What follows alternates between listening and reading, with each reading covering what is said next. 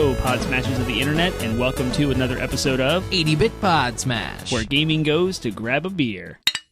We are your hosts, Penguin and Termite, and we are a weekly video game podcast centered around the ideas of culture, art, politics, science, and those other things that we care about, smashing those ideas together with video games. Video games, because we are, at the end of the day, a video game podcast. Yes. Yeah. And tonight's topic is going to be centered around a video game development studio. Yes, that's fresh in the news, and everyone's talking about it, and people won't shut up about it. It's all over social media. Yep. Spider-Man has invaded the world. Yep. And so we are going to do another one of our new series called Developer Profiles, and today we're going to be profiling Insomniac Games. Insomniac Studios. Insomniac Studios. Yes.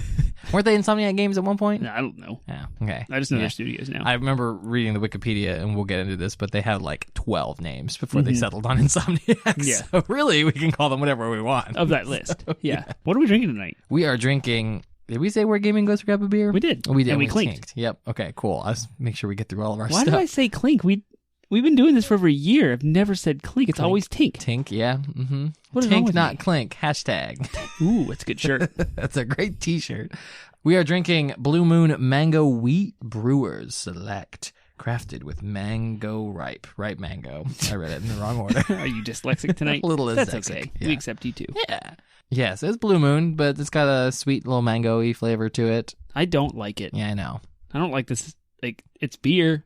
I like Blue Moon, but this mango wheat thing, like, I don't know. It's kind of got the Belgian vibe going on, but it's kind of a wheat beer, so it has like banana, not banana-y, but like tangy notes on the side, and it's kind of thick, and it's I don't know. I think it's too sweet. I mean, It's probably for what people it is. who are. I have a sweet tooth, so for me, too sweet is like okay, that's good. Mm-hmm. It is a little like it is, I can tell why people wouldn't like it though, because even though I'm like, oh yeah, I like the sweetness. I'm like, it does kind of taste. I think it's because it's a little artificial mango-y. You know what I mean? Yeah. Like I don't know. That's It a good way says to it's put it. actually crafted with ripe mango, and I don't care whether it's true or not. It does still come across as kind of artificial mango. Like it kind of tastes like they took Blue Moon and then put like mango flavored Skittles in it. Yeah, and let it dissolve and sit. Which I'm like, that's great. I love that. I'll take mango Skittled beer any day.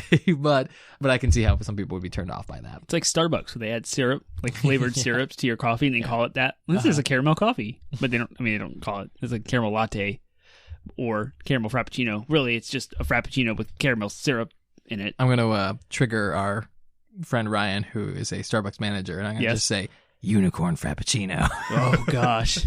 Talk about sweet. I've never had one.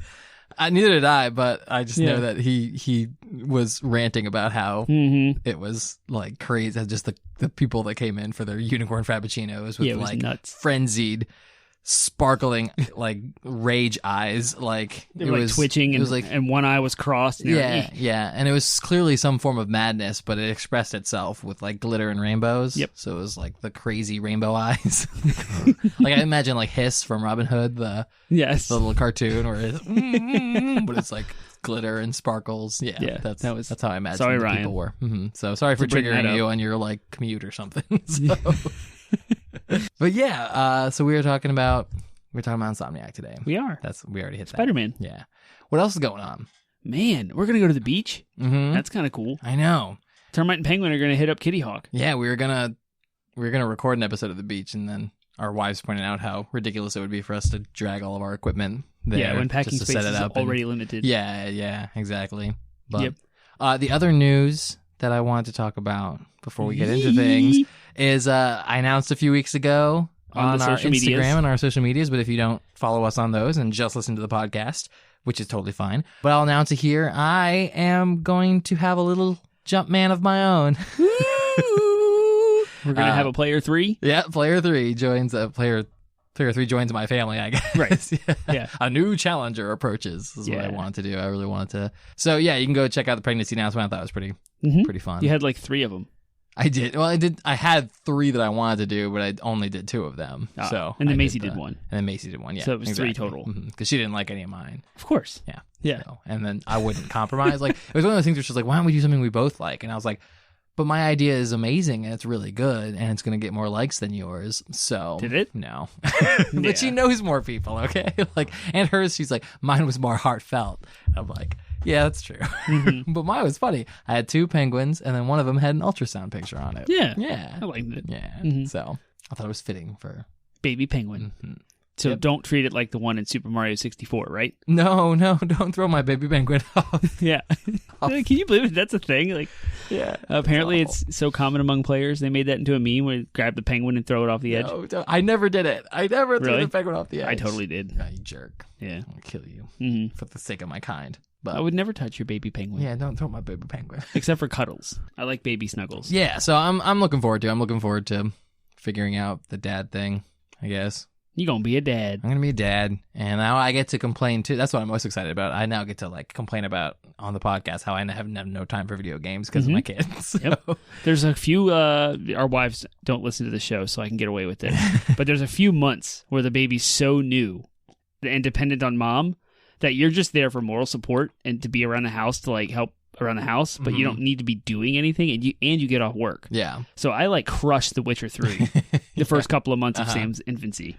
Yeah, I think that's going to be. 1. We'll see, because the game that comes out, the notable game that comes out right before my kid comes will be Days Gone. Ooh, yeah. And I guess like Anthem will come out around that time too. But I'm still kind of 50-50 on Anthem. Me too. Yeah. So I'm probably going to get Days Gone. I won't probably pre-order it, but I'll probably get it within the same week as long as the reviews are good. Mm-hmm.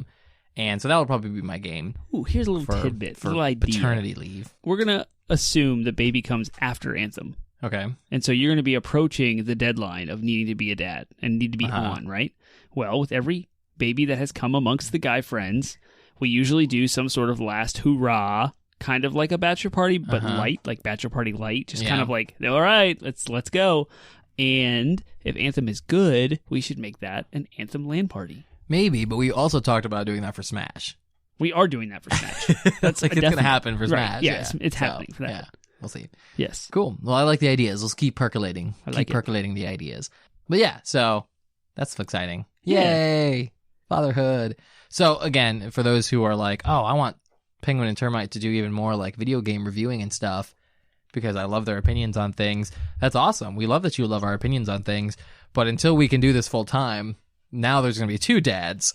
Yep. we're going to be 2 dads who are also husbands and also full-time jobs. Yep. So the podcast isn't going anywhere. We're going to make plans to make it work.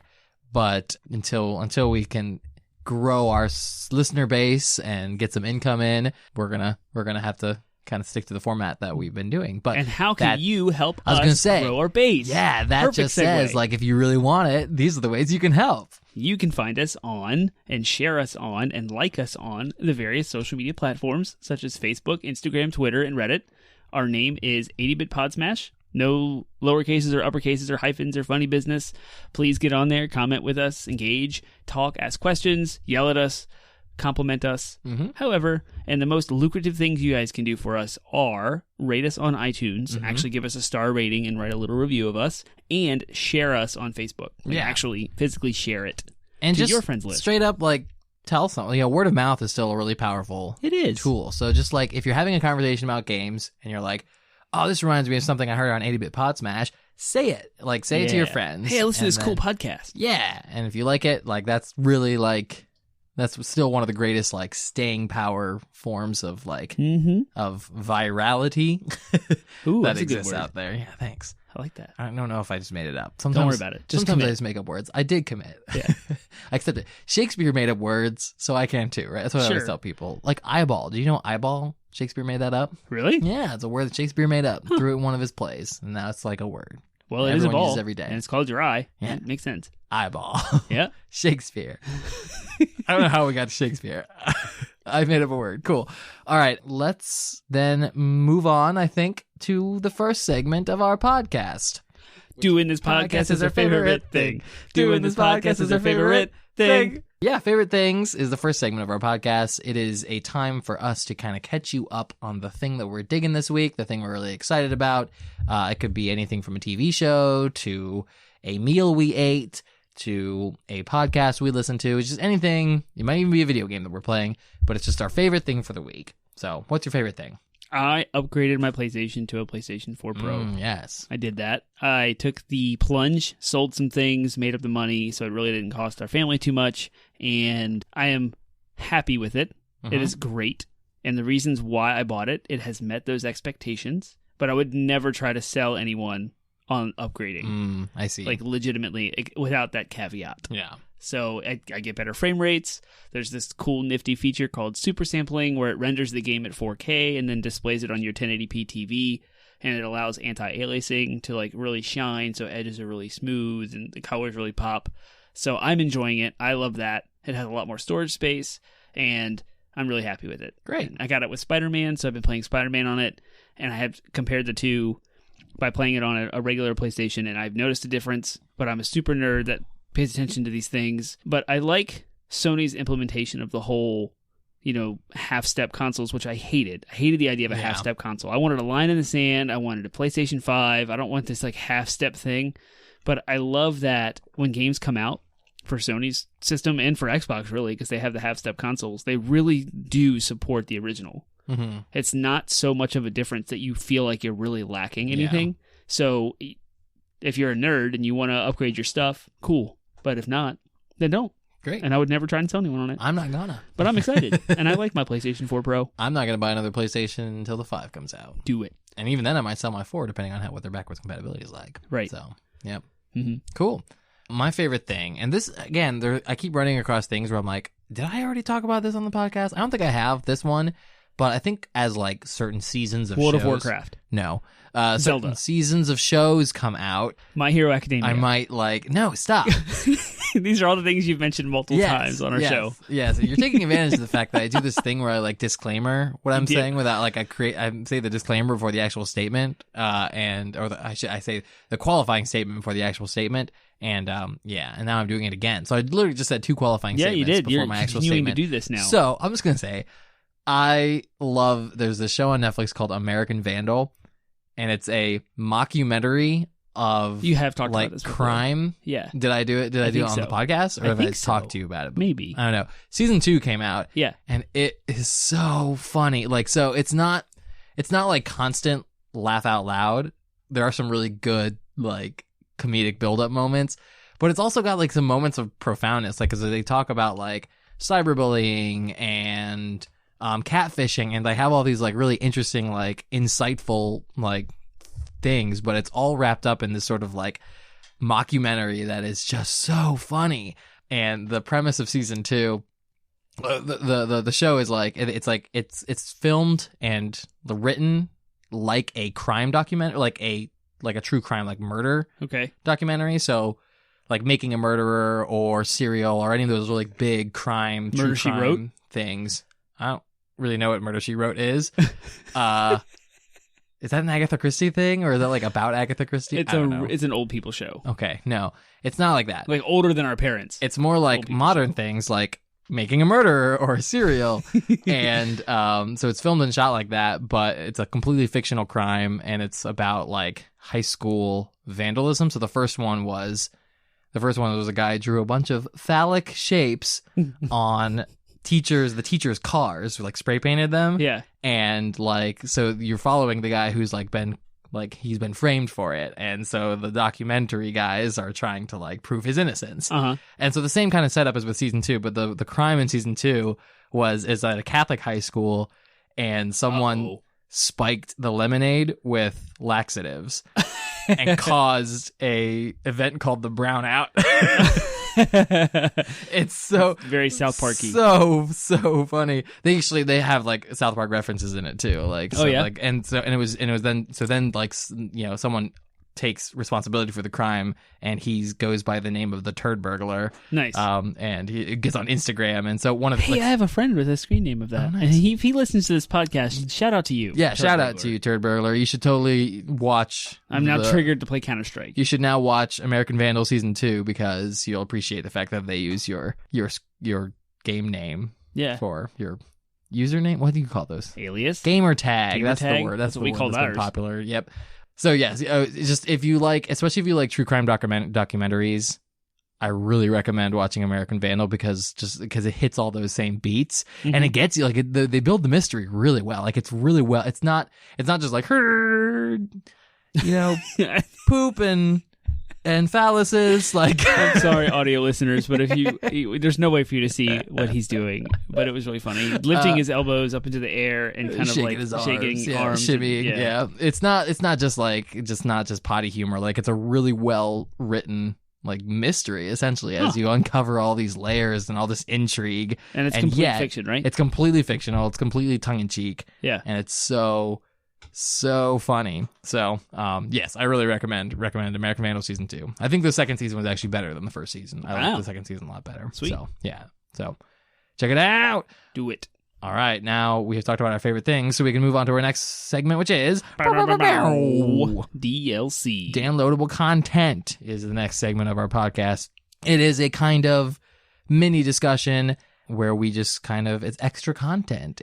We kind of have like a discussion about whatever we feel like for the week. Mm-hmm. It's usually more frivolous and more silly. It's less heady than kind of other topics, more kind of like opinion based. And kind of fun. So we imagine it as sort of like a fun conversation you would have about video games that is completely inconsequential. And our names are Dan. Yes. So downloadable content. Yeah, that's the pun.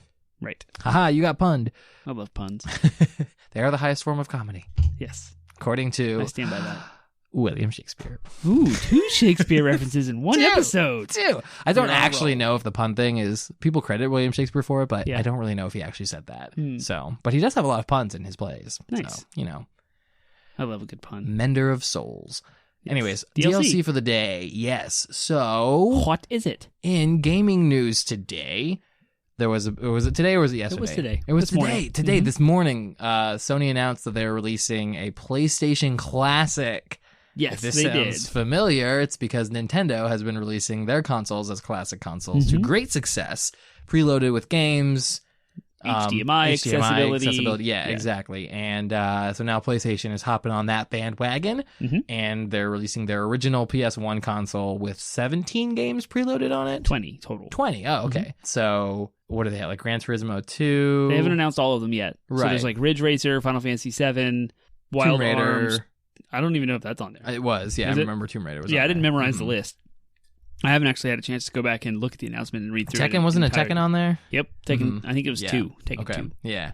So that's interesting because now it's setting a precedent. Mm-hmm. So with that precedent in mind, our DLC today is what is the most ridiculous, like classic, quote unquote, console that you can think of? Like if everyone starts doing these now, what is the most ridiculous one you can think of? Do you want to go first? Sure. Go ahead. So I was thinking about like an old school, like a specific company doing like classic PC games, and they release like this tiny little tower with like a little mouse and keyboard accessory that comes with it. That would be ridiculous. And it's got games like, I'm just trying to think of like PC, like Commander Keen and like Zork. Yeah, Minesweeper, Zork, Dragon's Lair. Yeah, just all these like classic. Then Doom and Diablo. Or you could StarCraft or you could totally do like just an entire classic console dedicated to nothing but text-based RPG. Yeah.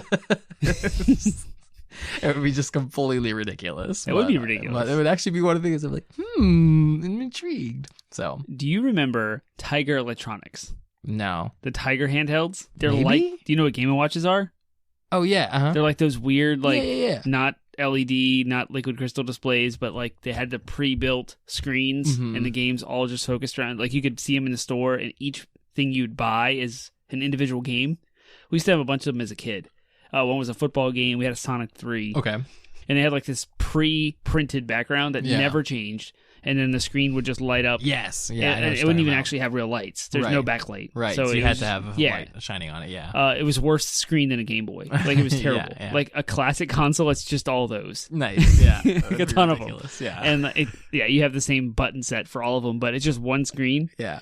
And it looks like a Game Boy, but it's a classic console that comes preloaded with a menu, and the menu is made to look like the original game, so it has like this horrible graphics. It's like the beeps are bad, and you pick a game, and then it renders on the same screen that all the other games do. So to add the ridiculousness, as a tangential, it's kind of like a tangential DLC, so like a little bonus DLC. What is a like classic console that will come out when we'll say let's just pick a decade when we are like 60 years old? What is a classic console that's going to come out that's going to make you feel old? Probably the GameCube, PS2, Xbox. So, yeah, that'll happen way sooner. Yeah, no, it'll happen sooner than 40 years or 30 years from now. But yeah, like, that's going to make me feel old. Yeah, I'm just like, when the GameCube is a classic. Yeah, right. Or when PS5 Classic comes out, it'll be like, what? Yeah. When did I... Yeah. When are these old man hands? When did these become old man hands? We know how that's going to play out, though. Virtual reality is going to take off. And you're just going to log into your virtual reality space and have access to everything in it. Mm-hmm. Yeah. Yeah. There won't actually be a physical box. Just be like, play everything PlayStation's ever made in our and you theater. just pay by like donating blood every time. You just like inject it and it takes in the console and a little bird flies off with it to the headquarters where the... Don't ever let Penguin be involved in VR development in business. When I just realized it. When Nintendo Soft, the mega corporation that has made the VR space, and they take your blood to make clones of you. You do some nasty things in VR, like dark blood things.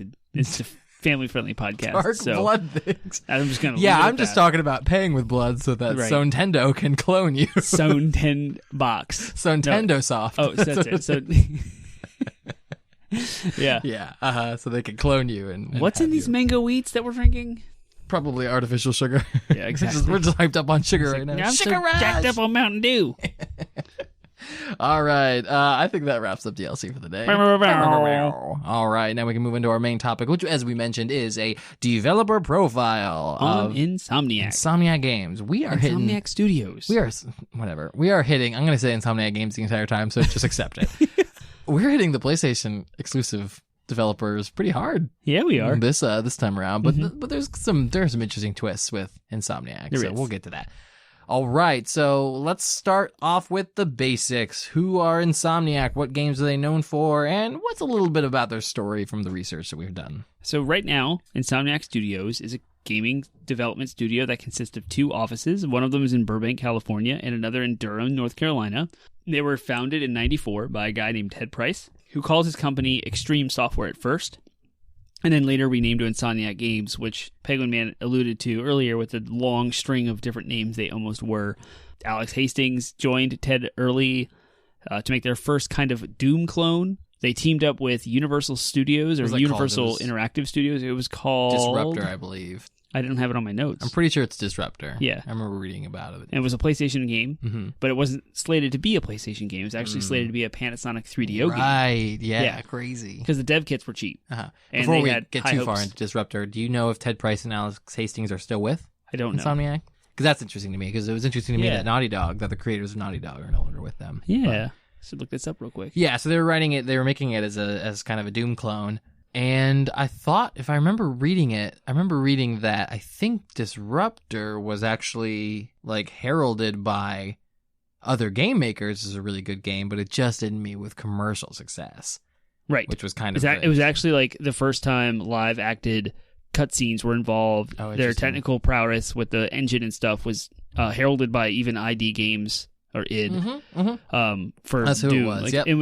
It was a Doom clone, and people criticize it for it, but when the creator of the thing you're trying to mimic, or so to speak, draw inspiration from, comes at you and says you did a good job, I would not call it a clone anymore. And kind of a... Well, even if it's a clone, it's still like, okay, props. Like, right. Yeah, but it's a condescending thing if you're like, oh, that's just a Doom clone. Right. Well, but when the creator of Doom comes to you and says, hey, you made a really good game, yeah, then you have something worth... It's like, I mean, God of War is... Not God of War. Yeah, God of War is a kind of a Horizon Zero Dawn clone, which is kind of a Guerrilla Games, right? Witcher 3 clone. You know what I mean? And they still congratulated. They all congratulated each other for their games. So that's you can take that to great. You can take that to great extremes one way or another. I see Ted Price is still CEO of Insomniac. Awesome, great. Yeah. That's awesome. Good for him. So back to our story. So they started off making this game called Disruptor. It's an early studio. They teamed up with Universal Interactive Studios, talking to a guy named Mark Cerny. And you guys might know him because he is currently the lead technical designer of the PlayStation 4 and the PlayStation 4 Pro consoles. He's very much in the PlayStation world. But at the time, he was tied to PlayStation through Universal Interactive Studios. So he approached the team, Insomniac, and said, hey, your game is amazing. You should develop it for PlayStation, not Panasonic 3DO, and convinced the team to do so. So they released this game, and unfortunately, it was a commercial flop. Yep. But it was a really good game. So I need to go back and play it. Yeah, I was going to say. Yeah, I've never played it.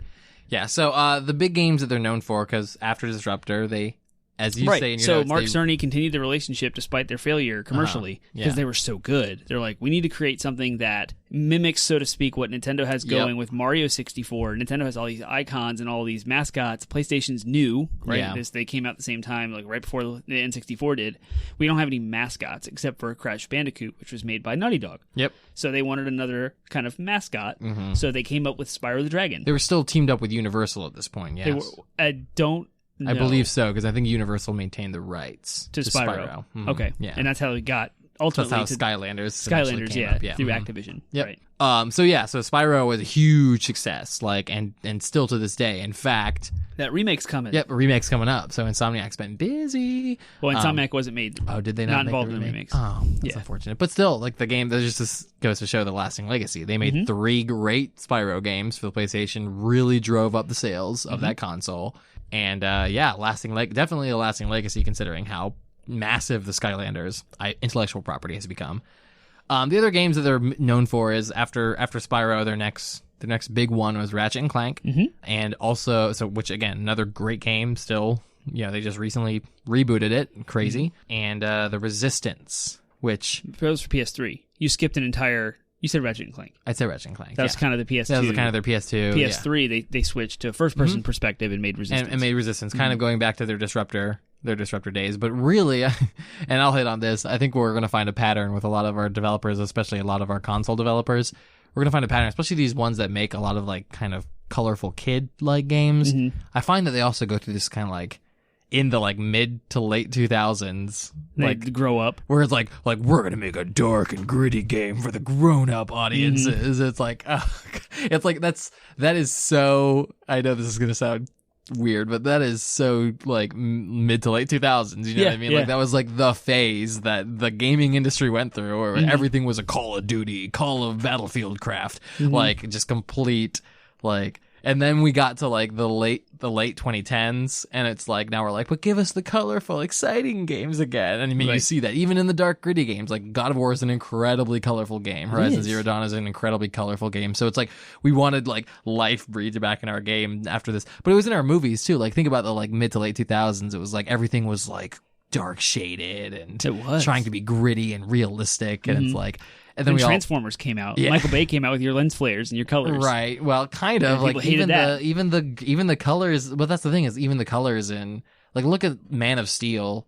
Oh gosh. And it's like even though there's color, everything's muted. And Power Rangers, even though there's color, everything's muted. It's like movies are we're still coming out of this phase. Like that's why I appreciate Marvel movies so much. Because Marvel movies are just like boom colors. Like we're gonna just blast you with colors and it's great. So we're kind of it's just kind of interesting as like a culture. Yeah, I always just find like it's interesting because as a culture we had this like little time period where we're all like we just want everything to be gray and brown and it has to be real or it's not genuine. And we also, I mean, Nintendo did the same thing because everyone wanted the sequel to Ocarina of Time to be like super realistic and like more of that, and they gave us Wind Waker, right. But then they did turn around and give us Twilight Princess, which was the super dark and gritty, early aughts. But even Zelda game. Like even I don't know, and then turned it around with Skyward Sword, which is colors. Nintendo is really Nintendo is, even though Skyward Sword like that is just so, it's just like barely the tip of the iceberg in regards to, you know what I mean? Like it's barely like they kind of just like that's the lowest they went, and if that's the lowest they went, because they never did, like they're never like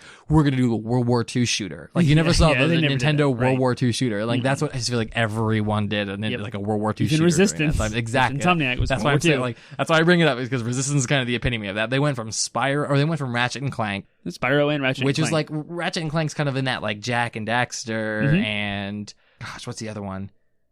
Like it was in that phase of the early 2000s where game makers were all making games that were like buddy games, like Ratchet and Clank, Jack and Daxter, like all these like it's a dude and his companion, Banjo-Kazooie, you know what I mean? Like all these like and so they came out of that like this really fun sci-fi space opera like kiddie shooter to then like we have to now make a World War II dark and gritty. I mean, you just kind of see the same thing. You kind of see Naughty Dog take the same approach too. Like even though The Last of Us is amazing, like at the end of the day, you had the people who made Crash Bandicoot. Now they're making The Last of Us, which again, that's fine. But it's just interesting. You know, it's like this sort of progression. There's always like it's just fun to see like how the like game makers kind of go with the times, like where they buck against the times and where they go with the times is always really interesting. That's why I really like these developer profiles, because we get to see like when they're like, oh yeah, we went through that weird goth phase. Whereas Naughty Dog was like, we kind of got into our goth phase and realized that we love doing this. You know what I mean? And like we do it well. Stuck with it, yeah. Yeah, and they stick with it, and it's good. So and like Guerrilla Games with Killzone, like super dark and gritty, and then Horizon Zero Dawn, which is also kind of dark and gritty, but at least it's colorful. Guerrilla Games, yeah. They made Killzone and Horizon, or it's like it's definitely more mature. It's like gritty and dark, but like in a mature way, like in a way that's still, but also really colorful and imaginative. That's the word I would use to describe. Yeah, it's very imaginative, richly intriguing, as opposed to just like guns, guns and metal, guns. Right. That's a perfect way to describe Killzone, by the way. That's as shallow as it gets. Yeah. So Resistance was their little kind of dark shooter World War II kind of game, and then they bounced back with Sunset Overdrive, which the is Xbox One. Crazy. Yeah, I have a copy of it. It was their exclusive. I really want to play $3. I definitely want to like have you crack that open and just watch you play it, or even play it. I think it looks like such a fun. We play it tonight. Such a fun looking game. Yeah, it's so colorful and like vibrant, but and also still kind of like, but still feels like a game for adults. You know what I mean? Like, still feels like a game for kind of like a mature teenagers. Splatoon. Almost. Yeah. This was my feeling of it too. So Sunset Overdrive, and then their most recent game that they made that again is just blowing up the internet right now. You're missing the remake of Ratchet and Clank. I am missing it, but it's still a remake. Like the game that they're working on now, which kind of changes in my mind. It's just the most. I think it's influential. We'll talk about why it's influential, but Spider-Man. I mean, they are basically taking a Marvel property that has passed hands into tons of different developers to various levels of success or failure, and they made something great out of it. The best Spider-Man game ever made. Yeah, I would agree say with that. Yeah, I mean, I have fond memories of Spider-Man 2 and Ultimate Spider-Man, I think, for the GameCube. Yeah, but oh, nice. He pulls it right out for the Xbox. Yep. Spider-Man 2. So I do have fond memories. Those were good games, and they were good Spider-Man games, but I just think that Insomniac knocked it out of the park. Oh, they did. They nailed it. So, and we'll get to why that's influential later. But yeah, cool. So, what's your favorite What's your favorite Insomniac game? So before Spider-Man had come out, my favorite Insomniac game was probably Ratchet and Clank, the remake on PS4. But I don't have a whole lot of experience with Insomniac games. Like I never played any of the original Spyros. Yep. I never played any of the original Ratchet and Clanks, and I never played Sunset Overdrive. Yep. So really, I got nothing. Like. Until the PS4. Yeah. I'm with you, which is really crazy because like they've been around. They're kind of like in the background of my gaming history. You know what I mean? Like, and that's interesting. Just like that's always going to happen. There's always going to be some developer that you just kind of miss their games. Yep. Or like you kind of like have briefly like brushed with them, but I wasn't a PlayStation gamer, so I wasn't big into Spyro or Ratchet and Clank. I would have never touched the Resistance more than likely. It just wasn't my beat. So yeah, I also would agree that like I really enjoyed Spider-Man, and it's that game that's like, oh, I definitely want to go back and play more of their games. And I have all 3 Resistances on my shelf, nice. And I haven't played them, but I got them when GameStop had their like 4 games for $20 sale or whatever. So I have Sunset Overdrive. I don't own any of the classic Ratchet and Clanks, so I don't know anything about that. That's fine. But yeah, I want to play. I do want to definitely. When I was playing Spider-Man, I was like, ooh, this kind of makes me want to finish the Ratchet and Clank reboot, which is interesting because it has a lot of shared elements. Because it's like, even though it's a sci-fi kind of space opera flying between planets and stuff, it's also kind of wrapped up in this idea of superheroes too. So it's like a superhero space opera. So I'm like, that sounds like a lot of fun to like. Because Mr. Quark is like, I mean, he's like a Superman or whatever. So yeah, cool. What innovations do you think that Insomniac has brought to the industry? So you have to go back to PlayStation to kind of answer that question, because I don't think there's anything revolutionary today. They were the first. I disagree, but that's fine. With Disruptor, they were the first to kind of use the pre-rendered like CGI cinematics to tell a story, and then with Spyro, they were the first on the PlayStation to come up with an open world engine that ran well. Okay. Yeah. They were the pioneers of making a 3D platformer on PlayStation. It had not been done before. Did you know that Ratchet and Clank used Jak and Daxter's engine? Did they? They shared? Yep. Assets? Naughty Dog shared their assets. Huh, that's why they're so similar. Yep. Interesting. I did not know that. Yep. Yeah. Did you have anything else you wanted to add to? So that was, and then with Ratchet and Clank on the PS2, they almost came up with a new genre, and I say almost because it's a third-person shooter platformer. and they had the gadgets and the weapons and the whole thing. And like Jet Force Gemini kind of did that beforehand on the N64. Yeah. And, Ratchet and Clank was PS2, but they made it the 60 frames per second kind of like fluid platformer with all of the RPG kind of mechanics built in, where you can upgrade your weapons and like switch between them all, and then they all perform differently. And it was still a third-person shooter, which hadn't really been done. You hadn't seen those elements combined in a way that Ratchet and Clank did. Yeah. So Insomniac was new in that regard too. There are kind of two things that I wanted to hit on with innovation. Number one, I was reading up on kind of the impact that Insomniac has had, and this is pulled from their Wikipedia page. But what was really interesting is they emphasize the fact that Insomniac has fought for a long time to be independent. Interesting. So even though they make a lot of games that are exclusive to the PlayStation, they never have joined the Sony, like one of the Sony studios or whatever. Like they've never joined the like Sony club. Even though they've worked very closely with them and have a really good working relationship with Sony, they've never been like an exclusively Sony thing, which again is evident with Sunset Overdrive being a this gen, current gen game, even though it's so early. Like it feels like so long ago. But again, it was an early gen, but it was exclusive to the Xbox. So they made an Xbox exclusive, and they've worked nicely with Sony. And a lot of that comes from, again, their experience with Spyro, because Universal like so tightly held the rights to Spyro, and so they kind of got burned really bad there. I mean, obviously Skylanders was like, for those who don't really know the history there, Spyro basically spun off into this huge, what do they call them? Like Toys to Games? Something like that. Yeah, Toys to Life. Toys to Life. Yeah, Toys to Life. But franchise. Activision owned that. Yeah, so Universal took the IP of Spyro and made this big giant universe out of it called Skylanders, and gave the rights to Activision basically, who then developed this Toys to Life franchise. And Toys to Life are basically like Amiibo, except not Disney Infinity, Nintendo. Yeah, exactly. Lego Dimensions. So there's little toys you buy, and then they have little scanners on them that you can play those characters in the game. So Skylanders, blew up, and I guess Insomniac got kind of burned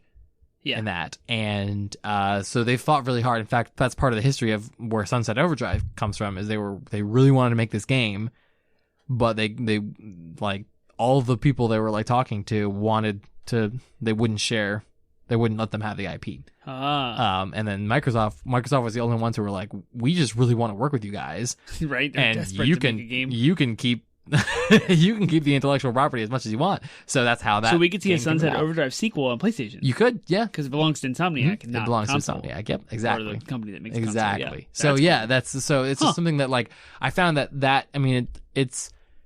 I find it innovative because it's like you don't often see that, and I don't want to necessarily knock developers who do this, because if you got to do what you got to do, but at the end of the day, like it sucks when a developer who puts all this hard work and effort into these games then has to turn around and give up the intellectual property to some, again, I say this tongue in cheek, but soulless publisher. You know what I mean? Like, right. and don't get me wrong, we have defended publishers on this podcast before, so I am more open-minded than that. But at the end of the day, it sucks when someone's hard work, because you essentially want my ideal, I should say, especially as someone who I eventually want to create intellectual properties, and I want to write, and like I want to keep creative control of that, and I would think that my fans would want you to have creative control. So as a fan, I want Sakurai to keep making Smash Bros. Games. You know what I mean? Like, I want the creator to continue to be involved. And when they feel like they can't because someone else has basically like, I now own this, like, it sucks. And sometimes you can see some really cool things come about as a result of someone else taking over someone else's intellectual property. Disney, for example, with Star Wars. And Marvel. Like, yeah, and Marvel. And I don't ever want to see George Lucas make a Star Wars movie again. Right. But, there are some circumstances where I'm like, but Insomniac, like I would want Insomniac to make the Spyro reboot. Yeah, I would want Insomniac to make Spyro 4 or whatever. You know what I mean? So that's kind of I just think that's it's innovative that their history is really marked by like this fight, this battle. Like going forward, they're going to want to keep any new intellectual properties. And that was another thing I read too, is like they're innovative in the sense that like one of their biggest focuses is creating new intellectual properties. So like they want to make new IPs. So that's kind of I have a lot of respect for that. So yeah, the money involved in the exchanging these things with the creative rights and stuff, they know what they're signing off, and that's why you have the whole idea of you sold out. Yeah, that's why that exists. It's because like I have this awesome thing, but I really need money. Yeah, and so you sign your IP away, you sell out, so that you can get that money. Yeah. And it's unfortunate, but it is kind of necessary to live. Yep. So if someone came to you and said, "Hey, Dan, if you want to write that book, you give me the rights to it, I'll give you $1 million. You better finish that book." You'd be like, "Yeah, here you go. Yep, I'll take $1 million," and then you don't have the rights to that book anymore. Yeah, exactly. So, but I don't know. I think that it's just cool to think that like, yeah, they made Spyro because they were like, hey, PlayStation doesn't have any IPs, like doesn't have any unique like mascots, yeah, and so that's what they made IP. So I just think that their approach to intellectual property is just really cool. So I think they're innovative in that regard. The other, especially in a industry that is so like glutted with reboots and sequels and HD just, remasters. Like we are treading trash for them. I love them. We are trotting over the same intellectual properties over and over again, and like even some of my favorite developers are not immune to this. I mean, I love Zelda and I love Mario, but there are so many games, and it's just kind of like we expect a Zelda game, we expect a Mario game, and I don't get me wrong, I love them, but when a new IP comes out that's good and gripping, like ARMS, for example, or Horizon Zero Dawn, like I have a lot of respect for that too, because it's like something new, something exciting, characters that I don't know, things that I don't like. Biomutant, Anthem. Yeah, games that I don't know what to expect. You know what I mean? Like, because I know what to expect from a Zelda game. I know it. I'm not going to suddenly get some twist where like Link like guts someone through the heart, like Game of Thrones style. Like what? Like no, that's not going to be a twist that's ever going to happen. But a new IP, you never know what's going to happen. So awesome. So that's I just think that like reading that about Insomniac has made me kind of more of a fan of them, because I'm like, ooh, I want to see what you guys are going to do then with your intellectual properties. I'm going to give this to you. Okay. What does the very first two words on the top of their webpage say? Insomniac Games! They are called Insomniac Let's see Games. You dance! Okay, you got that on me. I do. The other thing that I do want to, so kind of changing gears into a completely different direction, the other way that they're innovative is the way in which they have handled an existing IP. I think Spider-Man's revolutionary because it now changes the way I see massive movie/comic intellectual properties and how they can translate into video games. Do tell. Because I'm not changed. So I you know, there were a couple of good Spider-Man games, but overall, if you were to say, hey, do you have any interest in playing the new Amazing Spider-Man game that's based off of the movie? And be like, wouldn't touch that with a 10-foot pole. Right. I have no interest in playing any game that's got Harry Potter in the title. I have no interest. Very rarely do am I even intrigued these days by Star Wars games. Like even like Battlefronts and all that stuff. I'm like, yeah. Once LucasArts is gone. Sure. Yeah. I just like these days. I'm like, I don't really trust games. Like even like Marvel Ultimate Alliance, you know what I mean? Like even games, I'm like, if the IP exists in a form that's not a video game already, like it starts to kind of turn me off. Okay. Spider-Man has started to change my mind in that regard. The new PS4 Spider-Man, I should say. So I saw the trailers, E3, and I was like, that looks fun, but it's still a Spider-Man game. Like I don't think I'll really enjoy it. And like it wasn't until really like a month or so before it came out that I was like, this looks really good. It's getting a lot of really good reviews. I'm intrigued enough that I want to like get that pre-order. And by then it was too late for me to pre-order it. But fortunately, Termite here saved me.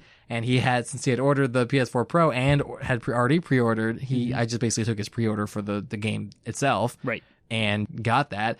And yeah, I really enjoyed it. I burned through that game in like 2 weeks. The world is. I know, like, I'm the only one who hasn't platinumed it. Yeah, I platinumed it. And I'm the one who's a trophy guy. And it reminded me, it really, really, like, it plays and feels like a Horizon Zero Dawn, a God of War. Like, it really feels like one of those games. Like it's on that level. Really gripping story, really gripping gameplay, fun gameplay, with some explorative elements and like kind of like, do these like little side missions that are fun and engaging, not just like collect 10, even though at the end of the day it's like do 5 of these crimes, like whatever, but they still feel like I'm freaking Spider-Man. I'm going to stop a crime when a crime is happening right in front of me. Like it's so stylistic. Yeah. Awesome. So, and it feels really good. And it's just kind of like, I want, again, I agree with people on the internet who are like, can we have Insomniac make an Iron Man game? Like, can we have Insomniac make a Thor game? You know what I mean? Like I want to see them do an Avengers. I want to see them do Square Enix, like, because they honor the actual world. You know what I mean? Like, one of the greatest things I loved about Spider-Man was when I went to the landmarks. Yeah. Like, I went and did all the landmarks all at once because I was like, there's the Avengers Tower, and there's the Wakandan Embassy, and there's Alias Investigations. And I thought those little Easter eggs were just Doctor Strange's wonderful, house. super exciting. Yeah. So I thought, like, I have not been that excited about a, like, intellectual, like a non-video game intellectual property turned into a video game. I have not been that excited in years. Yeah. Like, and it reignited, like, the first Spider-Man movie that I've liked in a long time was Spider-Man Homecoming. My favorite movie too. And it was really good for Spider-Man. But but I loved Spider-Man as a kid. I grew up watching the Spider-Man Spider-Man favorite TV superhero, show, hands down. He was my favorite superhero movie until don't get me wrong, I personally loved the Sam Raimi Spider-Mans, but I was also at the kind of age that it was like targeted for. It wasn't until Spider-Man 3 that I began to become disillusioned with Spider-Man, and I hated the Andrew Garfield Spider-Man era. I hated it. I love those two better than the first ones. No, I thought they were awful. I thought they completely took away the spirit of who Peter Parker is. Like, Peter Parker is not this handsome Andrew Garfield type. Yeah. He is a dork. And that's what Tobey Maguire's Spider-Man did so well, is like, he really came across as a dork. Right. And that's what Tom Holland's Spider-Man brings back, is like, he is such a dork. Like, he's such a dweeb. You love him and he's endearing, but he is a dweeb. Like, that's who Peter Parker is. They also do a good job of that in Insomniac too. Yuri, what's his name? I forget the voice actor who does Spider-Man. Anyways, he does a great job too with that same aspect. And so again, that's what I'm trying to get to, is like, that game made me kind of reignited my love for Spider-Man in a way that hasn't really been done since Civil War, I guess, was Tom Holland's first appearance. And I was like, yeah, I love this character. I love this world. I love these bad guys. I love Spider-Man. So I want more game companies to take that reverent approach with these third-party intellectual properties. Like, I really do. I want EA to not touch a Star Wars game ever again. And though I admit that we'll probably never get LucasArts back, it doesn't change the fact that, like, it would be great if some, like, Naughty Dog or Insomniac or these developers that I trust to make good games and treat the intellectual property reverently. I'd love for them to make a Star Wars game, or I'd love for them to make an Avengers. That's what Visceral Studios was doing. Yeah, exactly. Before EA shut them down, they were making a single-player Star Wars game that blew everyone's mind. Yeah, and so that's what I mean by, I think they're innovative and that's what makes the Spider-Man game innovative. Is it has kind of restored my trust in the fact that video games are a great medium for some of these big blockbusters. And those worlds can be fleshed out, and those worlds can be really, like, explored more in the context of a video game that they can't in the context of a movie. Like, video games can flesh out those universes in a way that movies can't and will never be able to. But we just haven't seen it done well for years. I would say a good decade of time. I personally. I'm sure there are exceptions. I see your wheels turning, and I'm like, yes, there are exceptions. I get it. But, like, think about, like, the Wizarding world, the Harry Potter world. Like, Harry Potter games are crap. Never been a good one. Like, there's never been a good one. But think if, like, Naughty Dog did a Harry Potter game. Like, I'm like, I have a hard time imagining it, but I know it would be. I would be interested. I'd be intrigued immediately as soon as they said. Or Nintendo, if they did a Harry Potter game. Like, if you just, like, I don't know. I think that there's a lot of promise and a lot of future in that in the medium of video games for these third-party intellectual companies, and Insomniac has sort of reminded Square me Enix has the rights to the Avengers games, and they've already announced that Crystal Dynamics, who has made the first two Tomb Raiders of the new trilogy, because they outsourced the third game to Eidos Montreal, and they like Crystal Dynamics consulted with Eidos Montreal to make the newest Tomb Raider, Shadows of the Tomb Raider. Yeah, but the first two were made by Crystal Dynamics, and they're heralded as like a complete amazing redo of Tomb Raider to the modern world, and they're critically and commercially successful, right? They're making Avengers Marvel properties. Nice. So Thor, Iron Man, those rights are already done. Sweet. So get excited, because that's coming. Hopefully. I hope, I love the Tomb Raider games, but I'm not quite sure. I'm like, oh, I trust them. They're going to be awesome. Okay, I can't wait. Because they also made Legacy of Kain, that whole series. Oh, yeah. Soul Reaver, and all those stuff. Like, Crystal Dynamics goes way back, and they're awesome. Cool. But my counter-argument to Insomniac being innovative with Spider-Man, I don't think there's a whole lot of innovation there. And here's why. with your presentation about taking an already existing IP that's in the superhero world and making video games known as a way to do it, as a good way to do it, right? Batman Arkham Asylum. That is fair. Arkham City and Arkham Knight. Yeah. A whole series made by Rocksteady. They were the innovators, because innovation means something new. It's never been done before. Sure. They were the first foot in the door. Okay. I won't argue with the fact that Insomniac nailed it with Spider-Man. Yeah. Spider-Man's my favorite superhero. Mm-hmm. He always has been. And this is the first Spider-Man game, but not really. Spider-Man 2 for the Xbox. Sure. Was the first Spider-Man game that really opened my eyes to what Spider-Man could be with the free open world, web slinging, quests, crime alerts, go do this. So Insomniac, to me, has only refined existing stuff and not really innovated. Sure. And because you also mentioned similarities with Horizon Zero Dawn and how they do the side quests, not meaningful fetch quests, versus the non-meaningful fetch quests. I just don't think Insomniac innovated here. Okay. They did an amazing job. I love this game. It's the best Spider-Man game ever. Don't get me wrong, Ratchet and Clank was good. Insomniac is awesome, and now they're a trusted developer. Yeah. But innovation? Sure, question. I can. They didn't really bring anything brand new, right? But they sort of took elements that worked and combined them together. Right. But so they did the same thing with Ratchet and Clank. It's kind of an ensemble piece in that regard, if that terminology is familiar to you. So I think that requires a sort of sense of maybe not innovation, but definitely there's definitely some talent that goes into being able to see the big picture. It's definitely like that. talent. Especially with a huge team. I remember I read an article that I really agreed with, and it said Spider-Man is an example of AAA gaming done right. Yeah. And it's an example of what a big team can do when they've got a good vision. When there's a vision, someone who's leading the charge in a way that's taking all of these, because again, it takes a ton of people to make a game. It takes a ton of people to put a ton of detail into the game, like Spider-Man.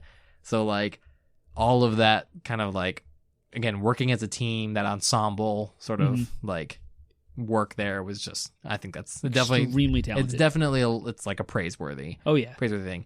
The game has faults. The game's not perfect. I will save my criticisms for later time. Because now is not the time. We're not reviewing Spider-Man. We're talking about Insomniac. Exactly. We're talking about Insomniac.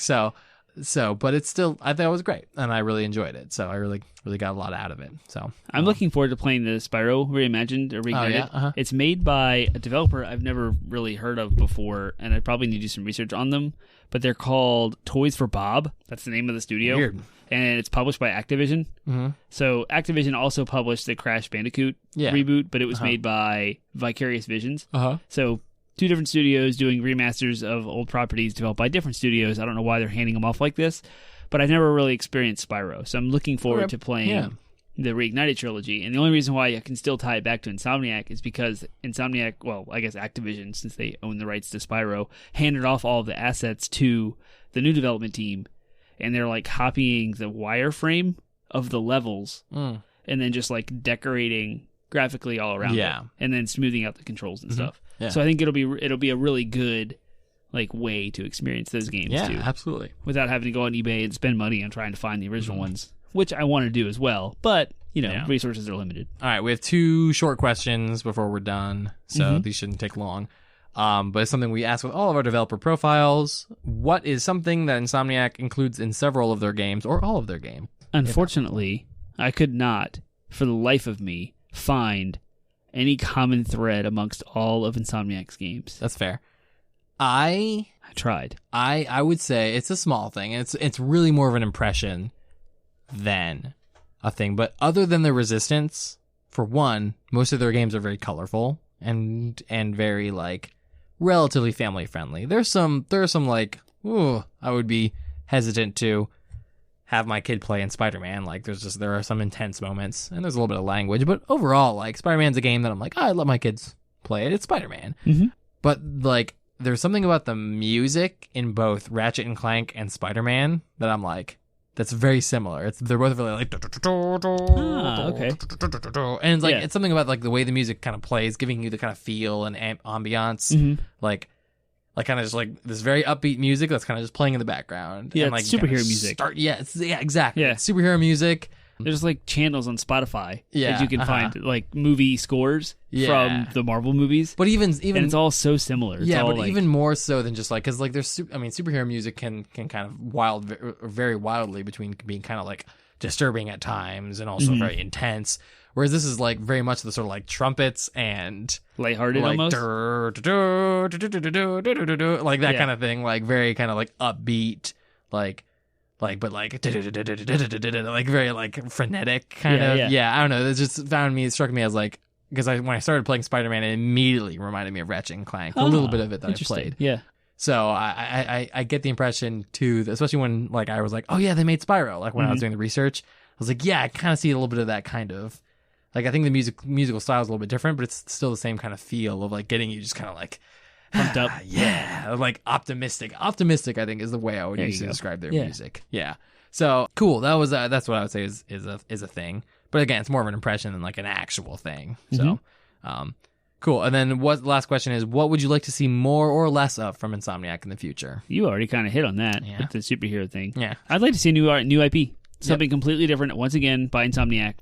I wouldn't mind a sequel to Sunset Overdrive. Having not played the first one, I probably shouldn't say that yet. But I heard the first one was so good, I wouldn't mind seeing a sequel. But yeah, something totally new. Yep. Some new IP. I love that they've switched from open world to a third-person shooter to a first-person shooter back to Ratchet and Clank being shooter, and then now Spider-Man, which was kind of like a mixture of stealth, open world action type third-person stuff. So they've pretty much covered all of the genres that you can, minus like fighting and racing. I wouldn't want them to do a fighting or racing game. No. But somewhere along those lines, like I wouldn't even mind another first-person shooter from them. Yeah. So, cool. Something new, something refreshing. Yep. We haven't seen yet. I would like to see, I kind of, again, hitting kind of both ends of the spectrum. I would love to see a new IP from them.